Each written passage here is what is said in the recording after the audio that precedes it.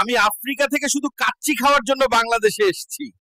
এইটা যদি কেউ না খায় তাহলে বাঁচার কোনো মানেই নাই ভাই।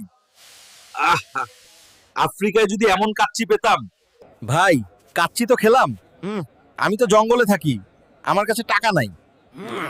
মাফ করে দিও ভাই। ওই বান্দর, টাকাটা দিয়ে কই যাস? মাফ করে দেন, আর আসবো না। ভাই, আমি ভুল করে ফেলছি। আমি টাকা না দিয়েই পালাইছি। আমি খুবই দুঃখিত ভাই। It's okay, my friend. We all make mistakes.